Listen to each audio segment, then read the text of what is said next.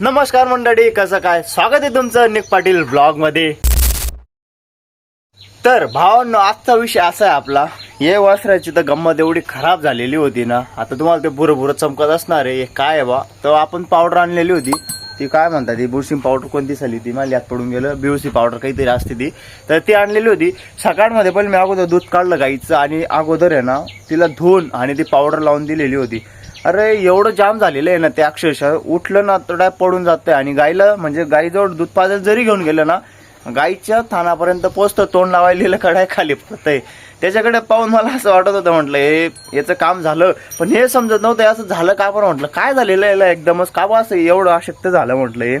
तर मी सकाळी आलो भाई काल, तर इथं झाडत होतो मी, झाडता त्याच्या पोटाखाली एवढ्या गोचड्या सापडल्या, एवढ्या मोठमोठ्या पूर्ण फुल त्या फुल रंगत वाल्या, एवढं त्याला जाम करून टाकलंय ना, पूर्ण त्याचं रंग तोडून घेतलंय, त्याचं पूर्ण डायरेक्ट एनर्जीच घोडून घेता येतं, ते काय उभं राहणार आहे बरं। आणि एवढं छोटंसं ते, मग मी म्हटलं ते टॅक्टिकची बॉटल लावण्यापेक्षा, टॅक्टिक काय आहे ते औषध जास्त स्ट्रॉंग राहतं, ते जाईल म्हटलं मरून जाईल, एवढं छोटं वासरू आहे ते, त्याच्यापेक्षा हे आणलं मी बीओसी पावडर। मग ती पावडरने कसं आहे जास्त प्रभाव नाही होत, ते वासाने ते मरून जात असेल आणि काही होत पण नाही, असा विषय होता।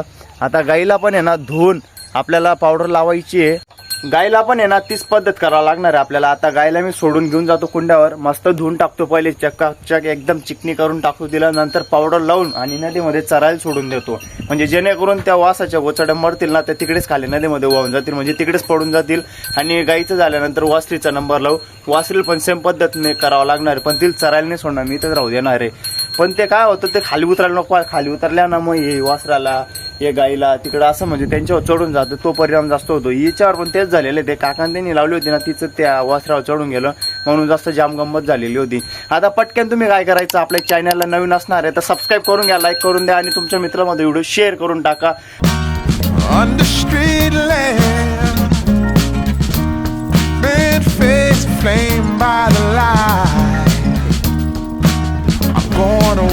गायला लावून दिले मी पावडर, पण ही लय डेंजर, ही लावू देत नाही। आणि हिच्या आहे ना नाकाला आहे ना ते आपलं मोरकी मचून गेलेली होती, म्हणून तिथं थोडी जखम पण झालेली तिथं पा इकडे, हां।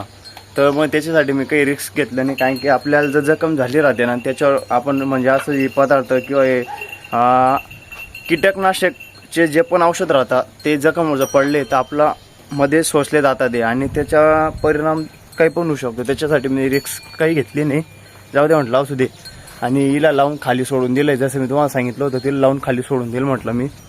आता आज आहे ना पूर्ण ढगाळ निघून आलेलं आहे, ढगाळ आलेलं आहे, याचा अर्थ आहे ना पाऊस केव्हा पण येऊ शकतो। त्या पहिले ना आपल्याला ऊस खांडून ठेवावं लागेल, त्यानंतर तिकडे त्या शेतातून आपल्याला ते उभे कपाशीमध्ये जे टोटे मक्काचे, ज्वारीचे, बाजरीचे ते कापून मध्ये ठेवून द्यावं लागतील, म्हणजे आज पण आईचा शेवटचा दिवस सलाईन लावायचा, ते ट्रीटमेंट चालू आहे। मग संध्याकाळी जास्तच टाइम होऊन जातो तिकडून यायला, मग ते जे कापून आणेल ना ते संध्याकाळी फेकून दिलं, आता असं नियोजन।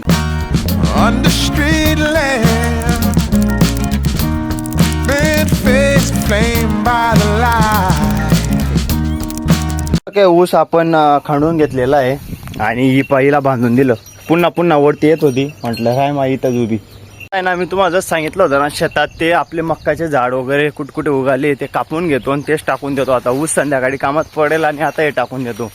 चाराचं नियोजन करावं लागतं ढोरांना फक्त, बस नियोजन असल्यावर तुम्ही किती पण ढोरं ठेवा, आरामशीर पाडू शकता। आता मस्त कापून घेतो, आता ऊसचं झालं, हे झालं, पावडर लावली गेली, आता एवढाच महिना आहे, नंतर मग तुम्हाला पण धप्पा द्यायचा एक।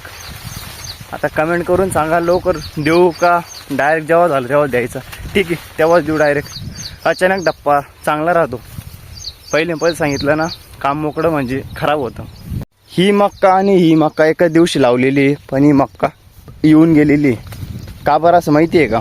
गिनगिरास आहे ना त्याला पाणी सोडायचे काकांते, आणि जेव्हा पाऊस पडलेला नव्हता यांनी पाऊस पडायच्या अगोदरच बुजून दिलेली होती मक्का टाकून, मग ती उगून गेलेली होती एक सरी, मग तिला पाणी अपुरा आलं तर ती छोटीच राहून गेली आणि डिऱ्या फुटून गेला आणि तिला कंच पण लागून गेले।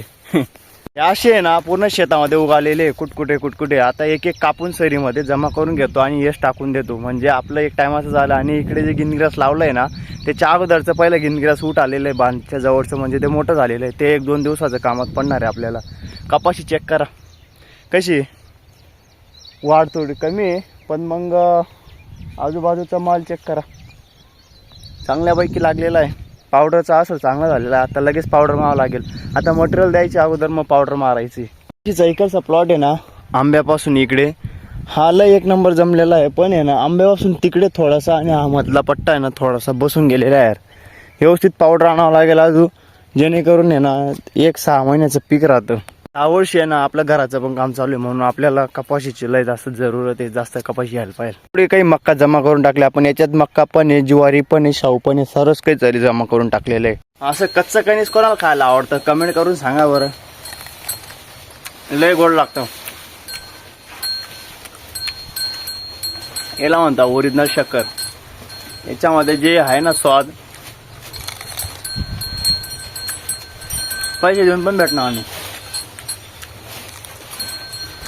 वा वा वा, एवढं डोकं दुखायला लागलेलं आहे ना, लय घाणपटक वास येतोय ती पावडरचा. पूर्ण हाताचा वास गेलेला पण नाही, एकदम डोक्यात मध्ये वास बसून गेलेला आहे. लय अवघड काम आहे. म्हणून ते वासासहशीच ते गोचड्या मरून जात असतील. याचं जास्त काही प्रभाव नाही होत त्या गायींवर किंवा शरीरावर, पण तो वास एवढा भयानक आहे ना, लय डोकं दुखतं यार. एकदमच गंदा वास येतो यार. ती वासरीचं तर पण लावायचं लय महत्वाचं होतं. जर लावलं नसतं ना वासरीचं आज कामच झालं असतं, 100% झालं असतं काम. आणि हा एक पांडू काय गवत घेऊन आलेला आहे का, गवत वगैरे घेऊन आलेला आहे गायींसाठी. त्यांचं चारा पाणी बाकी आहे. आपला ओके डन झालेला आहे. सकाळी तुम्ही पाहिलं होतं मी गायला आणि वासऱ्याला व्यवस्थितपणे पावडर लावली. सांगायला पण असं विचित्र वाटतं ना यार, काय सांगू. थंबनेल पाहून तुम्हाला समजलं असेल ना, थंबनेल आणि टायटल पाहून. सकाळी सर्व व्यवस्थित करून गेलेलो होतो मी. आणि त्यानंतर 2-2:30 वाजता तिला एकदम रिॲक्शन आलं म्हणे त्याचं. काकान ते इकडे आलेले होते. पूर्ण तगारीभर फेस गाडला तिने. तिच्या पुढे ते चाराची तगारी असायची ना, पूर्ण फेस गाडला तिने. आणि नंतर मग मी डॉक्टर घेऊन आलो. डॉक्टरने 2 इंजेक्शन पण दिले. त्याचं ते आम्ही पावडर झटकली. पण जास्तच ते प्रमाणात माझ्याने लावली गेली होती की ती जास्तच वीक होऊन गेलेली होती इतक्या दिवसापासून, म्हणून ते सहन झाली नाही तिच्याने. एवढी तर भारी पावडर पण नव्हती ती यार.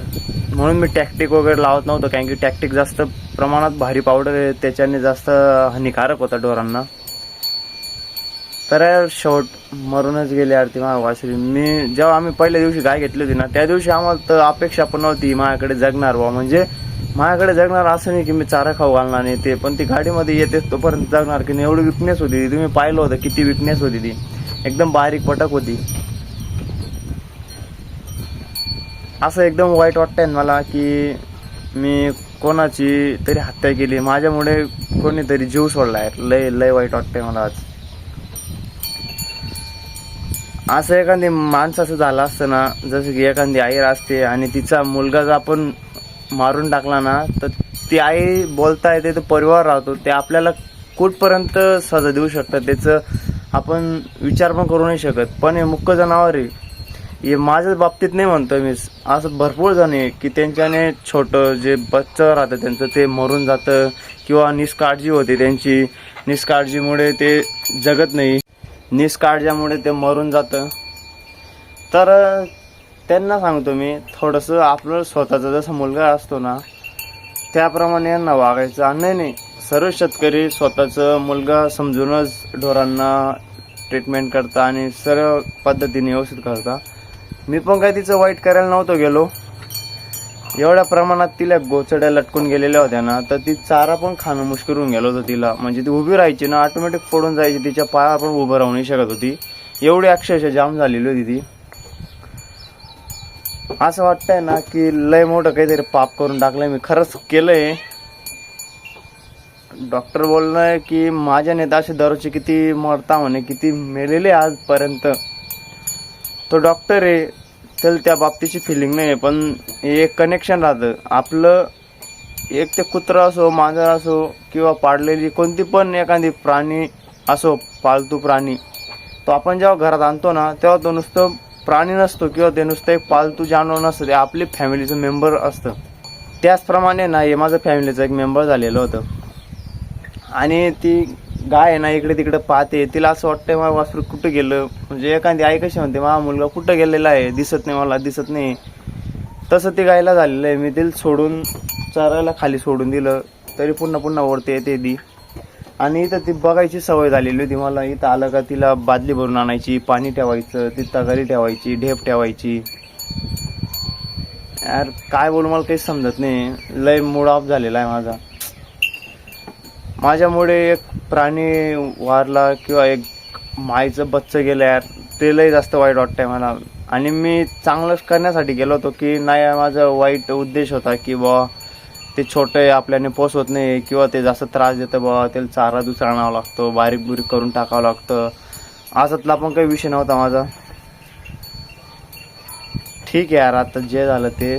पण ती गाईने आता दूध वगैरे काढू दिलं पाहिजे. नाही तर गाईंना असं राहतं, एखादी गाय असो किंवा म्हैस असो, त्यांचं जे बछडं राहतं किंवा वासरू राहतं ना, त्याचं जवळ नसलं किंवा दिसलं नाही ना, ते दूध पण देत नाही, दूध पण काढू देत नाही. इकडं तिकडं फिरता, लाता मारता, ते चारा खात नाही.